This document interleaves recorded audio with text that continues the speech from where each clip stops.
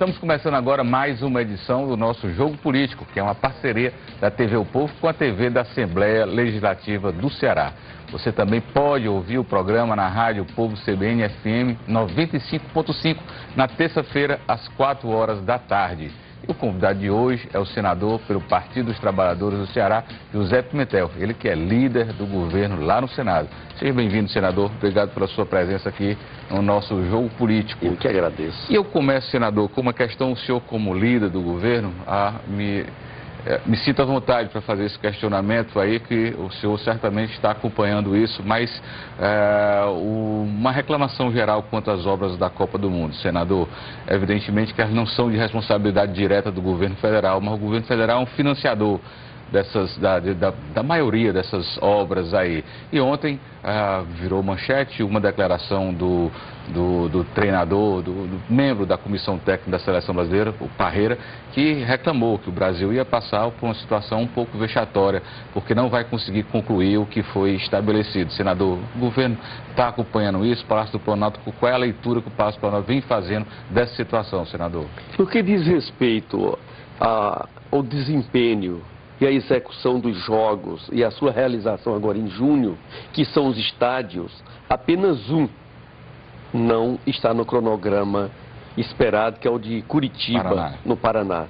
Os outros 11, todos eles estão dentro do cronograma previsto, embora tenha tido alguns acidentes de trabalho, a exemplo do Amazonas, em São Paulo. Isso teve uma pequena repercussão, um pequeno atraso, mas foi resolvido. E as outras obras, no que diz respeito ao transporte aéreo, que é uma das demandas, a avaliação é que vem em torno de 600 mil pessoas do exterior para o Brasil, que é um pouco o que foi a Alemanha e o que foi a África do Sul. Se nós dividirmos 600 mil pessoas pelas 12 subsedes, daria em torno de 50 mil para cada subsede. O estado do Ceará recebe 1 milhão e 200 mil pessoas no final do ano. Portanto, o impacto não seria tão forte. No que diz respeito à rede hoteleira, nós temos a rede suficiente. O problema é que estão aumentando o preço das diárias, o preço dos serviços, e isso traz um constrangimento, principalmente para o público interno, que é este que deverá ter um deslocamento muito maior, uma previsão de 3 milhões de pessoas no período da Copa. Se nós vamos para o chamado legado, que são as ampliações de aeroportos e portos, no que diz respeito a portos, eles estão muito adiantados. Inclusive o do Mucuripe, que era uma das nossas preocupações, por conta do calado que precisou aprofundá-lo e ao mesmo tempo construir os novos equipamentos, o cronograma montado, vamos cumprir. No que diz respeito aos aeroportos, nós fizemos a concessão de 5 aeroportos, 3 iniciais, que foi Viracopos, lá em Guarulhos, e também o de Brasília. Esses estão no ritmo de obra muito intenso. Eles estão basicamente triplicando a sua capacidade operacional, voltado muito mais para o público interno. E mais recentemente foi feito Confins em Minas Gerais e Galeão no Rio de Janeiro, que esses têm uma outra dinâmica. Mas no Rio de Janeiro você tem o aeroporto Santos Dumont, que serve de suporte para as atividades, para os voos domésticos e principalmente São Paulo, Rio, Brasília, Rio, como forma de descentralizar um pouco mais esses movimentos. Senador, os aeroportos sim são de responsabilidade do governo federal, né?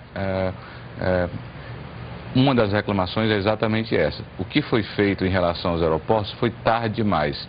No nosso caso, não foi. A reforma aqui começou, talvez, no tempo devido. Tem um problema aí da construtora que não está conseguindo dar a velocidade. Cumprir o contrato e dar a velocidade necessária para a execução da obra, e vai ter que fazer aí uma adequação, algo extraordinário, criar lá uma lona cobrindo com ar-condicionado, enfim.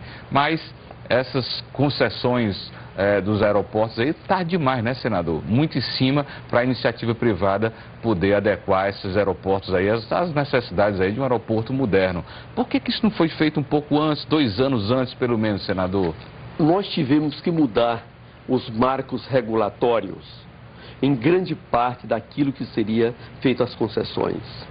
Se você pega o marco regulatório dos portos, nós passamos 2 anos para aprovar, para modificar. Se você vai para esse desenho da concessão, o Tribunal de Contas da União, o Ministério Público, todos eles tiveram uma grande influência nesses editais, nessas adequações, e terminou atrasando um pouco, até quando esses órgãos de controle resolveram liberar os editais. Eu mesmo fiz a licitação da folha de pagamento da Previdência Social. Nós pagávamos por cada benefício que os bancos cobravam da Previdência R$ 1,07, em torno de 30 milhões de benefícios. E nós resolvemos não mais pagar aos banqueiros pelos benefícios que eles, serviço prestado, e passamos a cobrar deles uma certa quantia por cada depósito que eles tinham nos seus bancos. Eu levei 2 anos nesse processo, mas antes uma medida aparentemente simples, burocrática, né? Simples, mas levei 2 anos para poder o Tribunal de Contas adequar a argumentação do Tribunal de Contas, e era procedente, é de que não tinha nenhuma experiência no Brasil nesta área, e exigia um pouco mais de paciência, até porque são benefícios que, em média, ficam 25 anos o seu pagamento continuado.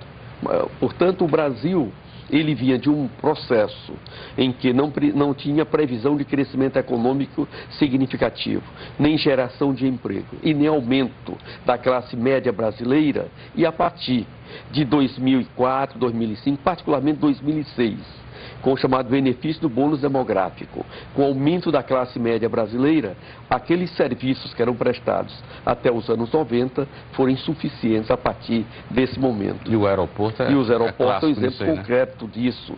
Nós estamos tendo uma média de 14% de crescimento todo ano, de 2007 para cá. Crescimento de viajantes, de passagens, usuários, de pessoas, né, que utilizam os nossos aeroportos. Então isso trouxe um certo estrangulamento. E agora estamos recuperando, montando essa infraestrutura, conjugando tanto o sistema de transporte marítimo com o transporte de pessoas por rodovias e o modal também ferroviário e aéreo. Certo. Aí, senador, o que o senhor está colocando aí que isso parece falta de planejamento, não de governo, mas do país de modo geral. Você tem toda a razão. Nós ficamos de 1975 a 2005, basicamente sem planejar um crescimento econômico com inclusão social e distribuição de renda. Se você observar a rede bancária no Brasil e no Nordeste, nós tivemos nos anos 90 o fechamento de muitos prédios por considerar ociosos. Com o retorno do crescimento econômico, nós estamos vendo os bancos públicos e privados abrindo agências e ampliando a sua oferta de crédito.